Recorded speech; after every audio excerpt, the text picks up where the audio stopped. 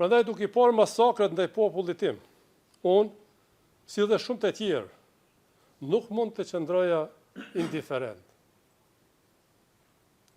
Vendosa të kthehem në Kosovë, në pranverë 1998.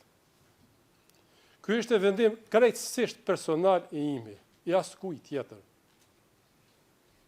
Sepse nuk mund të qëndroja anash, ndërsa familja dhe populli im përballej me shfarosjen.